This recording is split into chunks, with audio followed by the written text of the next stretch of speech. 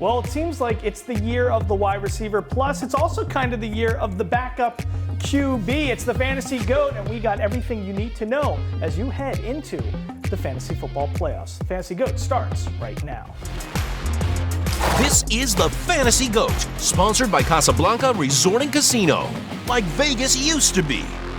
Welcome, kids, into the Fantasy GOAT. I'm Mike Davis. That's Jason Feinberg. Jason, it's been a doozy this past week. I mean, let's just break down what's happening around this crazy football league. It looks like, and I'm just going to throw out a bunch of guys. Okay. The amount of backup QBs that are playing in this league. Zach Wilson, Jake Browning, Joe Flacco in Cleveland, Minshew, Bailey Zappi, Trubisky, Aiden O'Connell, Levis, Beathard, DeVito, Dobbs, Jameis, and Ritter is back now in Atlanta. I mean, I don't even know how many I just said. I'm glad you just gave the list because I didn't even realize how many, but that made me shriek a little bit. What does that mean? When you hear me just listing all the, I know obviously what it means. Injuries, but what does this mean? It means fewer fantasy football points. I'll tell you that right now. And it means a lot of unders when it comes to betting on your fantasy props. It's crazy, the amount of backup QBs, and I think that really reinforces what we want to talk about right now. Number two in live stuff. Before we do that, though, I do want to loop in producer James Edward Barrickman, the fourth, but, to me, this reinforces how important it is to have solid guys in your lineup, bona fide guys. But, James, tell us, what do you think when it comes to all these QBs, especially in, one conference in the league? Oh, in the AFC, it's been absolutely brutal. I mean, look at the AFC playoff picture now, and it's littered with backup quarterbacks. So I'm going to start with the latest one who was injured Monday night, Trevor Lawrence. We all saw that really scary situation where he got his ankle rolled up on, or rather stepped on. He had to be helped off the field. Backup CJ Beathard came in, finished the game in a losing effort. But thankfully, X-rays out of Jacksonville show that it was just a sprain, and they're even giving him a chance to play this Sunday in Cleveland, which is good news for guys like myself who had a lot of stock in Trevor Lawrence going into the season because he was really just starting to get hot. Take a look at these stats. This is from before Week 10 versus San Fran and after Week 10 versus San Fran. QB 16 before Week 10, QB 4 the last 3 weeks after, 14.3 fantasy points per game beforehand, 27.63 in those 3 games after. Yards per game, you see that differential. Touchdowns per game, you see that differential. And the turnovers per game, it was just, it's night and day. So if you have Trevor Lawrence heading into your fantasy playoffs, you're really crossing your fingers, hoping that he can get you a W this Sunday because we still don't know if it's going to be him or CJ Beathard. We'll cross our fingers, but definitely keep an eye out for that. Yeah, don't worry about it, James. Tommy DeVito will come through for you. I hope. Exactly. No, it's crazy. And you know what? That's what you were saying, Jason, which is totally true. I mean, the connections to these quarterbacks and what that means for players that you are starting in your fantasy lineup, from the Ridleys to the Etiennes, and how that impact really is felt when somebody's a bench quarterback coming in. These backup quarterbacks, then you have to start thinking, is it worth it to pick up one of the guys that would be with the second team, a wide receiver, let's say, that might have a chemistry with the guy that's usually throwing to him? A good example is Joe Flacco and Elijah Moore, who played together in New York, and now they have the chemistry. See? Yeah. Very interesting stuff. But, that's one thing. I think a big thing to highlight as well in livestock is, 11 wide receivers broke out last week with over 20 fantasy points. And we're really seeing how wide receivers have taken control and a hold of, that staple in your lineup more so than the running back situation. I know I've felt that this season. How has that experience been for you just with wide receivers? I know you had a bad one with Garrett Wilson, but beyond that. Yeah, Garrett Wilson, it's the haves and have-nots because I had a few leagues where I was riding Tank Dell and I was riding Josh Downs, and that went, sideways. Whereas I had one league where it was anybody I would have played, I had to sit one of them. Right. It didn't matter which one I sat. They all produced. It's crazy. And to me, it's just fascinating how the Michael Pittmans are doing better than the Saquon Barkleys. Yeah, and right, I think it's right. just a testament to how this league is trending in a pass-heavy league. But let's talk about this. Lastly in Livestock, we are in the last week before the fantasy football playoffs. Where do you rank? What kind of advice do you have for owners who are leading into the fantasy football playoffs next week? Yeah, if you're in a situation where you have you have to win this week in order to get into the playoffs, you got to look for the guys that get the most volume. That's your best chance of scoring points. So whether it be targets or carries, you just kind of have to go with that.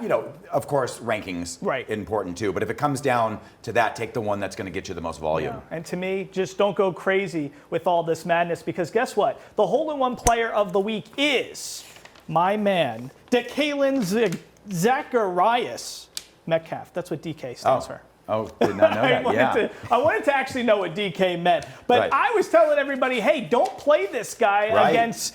First of all, Thursday Night Football, I always try to stay away from when it comes to fantasy football. Plus, they're playing a great defense in Dallas, and Deron Bland is a great corner with Stephon Gilmore. What does DK do? He goes off. I mean, just from that 73-yard slant to kick off the game, and he was out the gate running. This guy had 6 receptions, 134 yards, 3 TDs, 34.4 fantasy points. In some leagues, he had 40. I had him in one league where he had 40. He's now wide receiver 16 through 13. And last week I was saying, why are we drafting this guy so early when he has the same output as, Tyler Lockett? But then some games like that happen. Kudos to those that held on to him, and hopefully that helped him, because there was a lot of duds from him before that. I played him in one league, didn't play him. I saw that. In the other. So it's kind of a little crazy. But guess what? You just never know what the fantasy football gods are going to give you on any given week. Next up, though, we're doing a deep dive. We got to talk GOAT division as we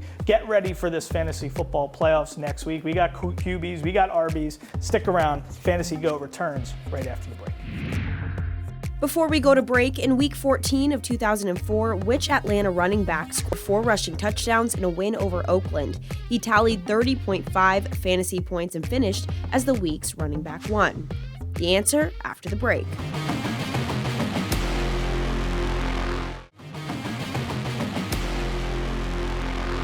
Welcome back. Before we went to break, we asked you in Week 14 of 2004 which Atlanta running back scored 4 rushing touchdowns in a win over Oakland. The answer, running back TJ Duckett, who played for Atlanta from 2002 to 2005.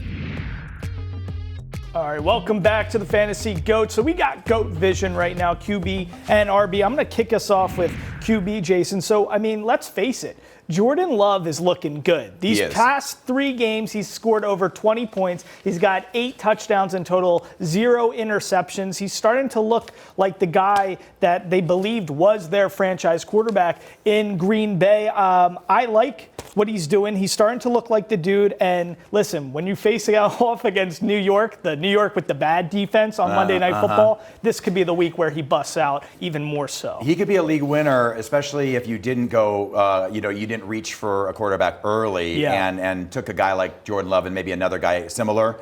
He could be a league winner with all the depth that you would have on your team. I'm really excited about Jake Browning, not because he had a great game the other night for Cincinnati in relief of Joe Burrow, but I liked him back at the University of Washington. That said, it's only been one game though, and I hate when there's one good game and you go chase that guy, and then the next game, it's sort of a dud. But I think the fact that I do like him from his college days is a reason I would take a chance on him. And speaking of Chase, he's got Chase there. Yes. So when you have Jamar Chase and some of those weapons, he needs to use T. Higgins a little more, but we'll talk about that. Now, the guy that I'm not feeling, it's Matthew Stafford. And you know what? He actually had a really phenomenal game last week, 279 yards, 3 touchdowns against a tough Cleveland D. But this time he's going on the road and he's facing Baltimore in their home. They're number 1 against the QB when it comes to pressuring the quarterback. They got 47 sacks this year, so that's number 1 in the league. Plus,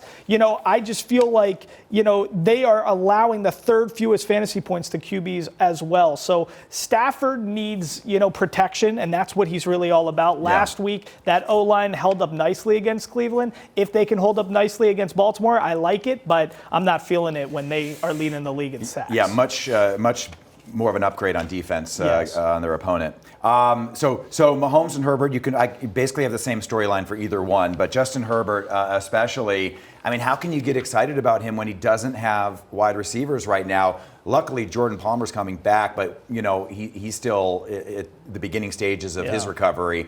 I mean, just there's nobody to throw the ball to, and Eckler doesn't look the same either. We'll talk about that later, but I just don't know how you can get excited about Justin Herbert right now. Yeah, it's tough. It's really a disaster there. I think a lot of coaches are going to be getting fired in Los Angeles. But let's go to something good and nice to talk about, and that's Derrick Henry. The guy is finally coming alive. This is what we wanted with Derrick Henry, and I think the way he's built, it's just one of those things where, unlike most players in the league, he gets better as the season progresses. He had over 100 yards, 2 touchdowns back-to-back games now. And here's the best thing. He did get hurt early with that helmet hit in the fourth quarter, and then Tajay Spears comes in, but I like either one of them. If Derrick Henry's good to go, great. If not, I think Tajay Spears might be the best backup running back in the league. Yeah, Tajay Spears helped me win a league. I didn't realize it was going to be because, a game I should say, within the league, but I didn't realize it was going to be because King Henry got injured, but that was kind of a bonus from a fantasy perspective. We don't want to see him get hurt, but so he helped me out. Similarly, Chuba Hubbard, looking really good ever since they fired Reich.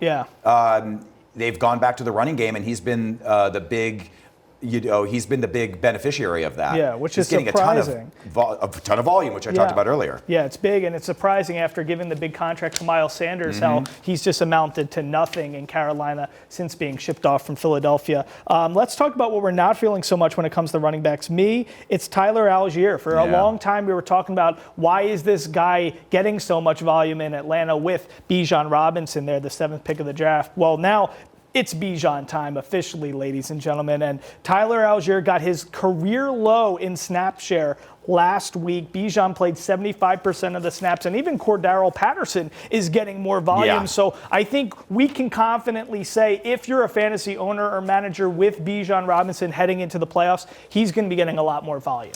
Yeah, and of course I'm down, and I think most people are down on Austin Eckler, who was such a high draft pick, and I just don't think he's recovered since that injury. You can just tell, and that's just another, another dagger for this Los Angeles team that can't seem to be getting it going with the wide receivers as well. Yeah, it's a shame. There's a lot to be done in Los Angeles, guys. Coming up after a quick break, we got GOAT Vision. It's wide receivers, it's tight ends. You don't want to miss it. That's next.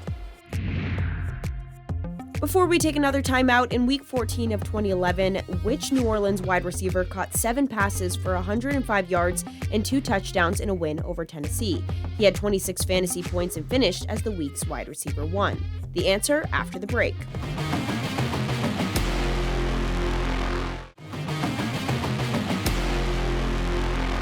Welcome back. Before the break, we asked you in Week 14 of 2011 which New Orleans wide receiver caught 7 passes for 105 yards and 2 touchdowns in a win over Tennessee. The answer, wide receiver Marcus Colston, who played for New Orleans from 2006 to 2015.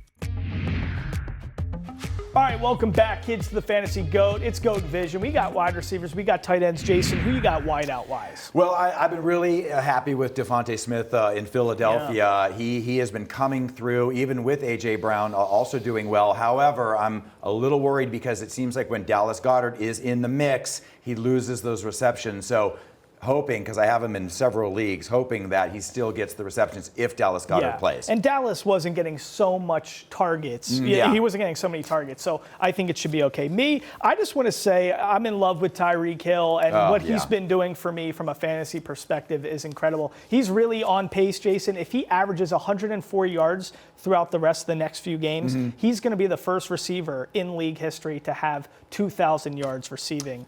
He can do it in a season. It's pretty crazy what he's doing, and it's the 4th time this season that he's had over 150 yards. So Tyreek Hill has been an animal. The person and he is a cheetah.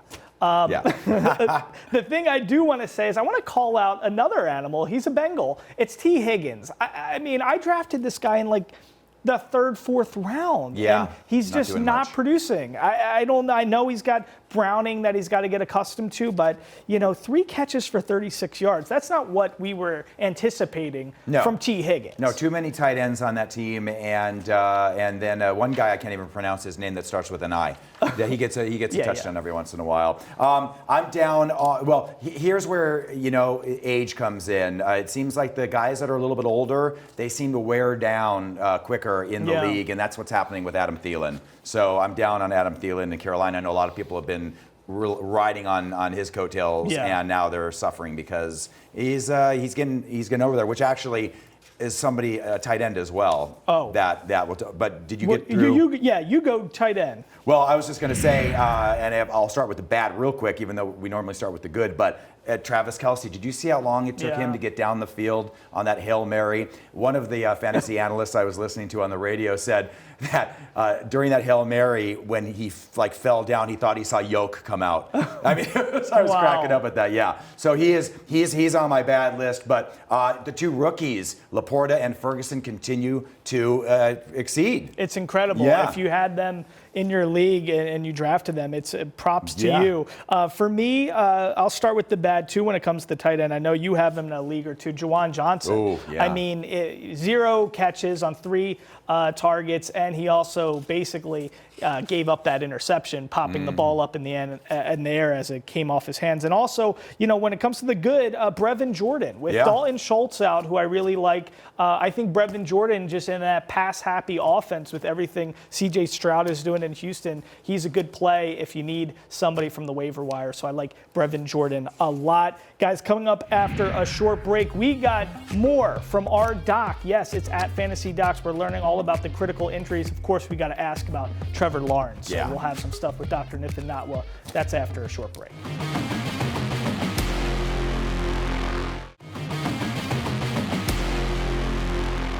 All right, the great Dr. Nithin Natwa joins us now with some critical information on critical injuries. Dr. Natwa, great to have you here with us. Let's start with this. Everybody wants to know about Trevor Lawrence. Let's start there. I feel like it was great news on Trevor Lawrence, to be honest. What happened with him is he had a classic inversion sprain, although it looked brutal. He was clearly in a lot of pain. They got an x-ray immediately, and they ruled out a fibula fracture, which is the major complication with these kind of inversion injuries. They got an MRI today. They said that he actually had a high ankle sprain, which can happen with really severe inversion sprains. It's not that common. It seems like it was extremely mild inflammation that they noted because they aren't even ruling him out this upcoming week. So overall, definitely not a season-ending injury. So, Doc, we saw Puka Nacua producing, then he grabbed his ribs, and then he left the game, came back in the game, but he's on the injured list again. What's he looking like? Yeah, so Puka Nacua unfortunately had an AC joint sprain, but the great thing is that they already said they expect him to play. So what that tells me is that there was no rupture of any of those ligaments that comprise the AC joint. It just means that there was some inflammation. All right, Christian Watson, the wide receiver in Green Bay, he's been gearing up along with Jordan Love. What's going on with Christian Watson? Christian Watson, unfortunately, it seems like he was finally breaking out. I actually had him on my roster, and I gave up on him and dropped him right before he started going on a tear. So I was pretty sad about that. I still am pretty sad about this injury, though, because I was happy for him finally breaking out. I do think he's going to be out for at least 2 to 3 weeks with that hamstring. He already had a hamstring injury earlier this season. That does predispose him to a longer recovery. He's just so hit or miss this season. It's kind of unfortunate with how well he's just starting to do. All right, the great Dr. Nithin Natwa at Fantasy Docs on TikTok and Instagram. Thanks again for joining us, Doc. All right, now we got to go over to the great Sam Argier with GOATCAST. It is time for your Week 14 GOATCAST, giving you the latest weather conditions for the outdoor games this weekend to help you plan your fantasy lineup. East Coast soaker Sunday morning. It's going to impact a couple games. Also some gusty wind out there. And the coldest games, no surprise here in early December, will be across the Midwest. So let's get to the future radar and satellite. And all that green means rain. We've got a couple very wet games Sunday afternoon, late morning. Baltimore and also New York playing Houston and LA. Will be behind the cold front for areas like Cleveland, Cincinnati, and Chicago, with temperatures in the 30s. Also some wind for those games as that storm system moves through. Couple late afternoon, early evening games. Kansas City and Buffalo. That'll be a big one, right around freezing there. And San Francisco versus Seattle. That's a divisional matchup. Should be a great game with mid-50s. Sunday night indoors in Dallas. And then we've got 2 Monday night games in the 30s in New York against Green Bay, looking dry. And then Miami and Tennessee going at it in South Florida with upper 50s. So those late morning, early afternoon games on Sunday, depending on your time zone, will be the wettest this weekend. That is your Week 14 GOATCAST. All right, thank you, Sam. And you know what that means. Coming up in a little bit, we got GOAT lineup. You don't want to miss it, Jason. I'm coming for you. I'm creeping up, but you might be taking it easy on me. I don't know what's I don't know what's going on. We'll get more info on GOAT lineup coming up.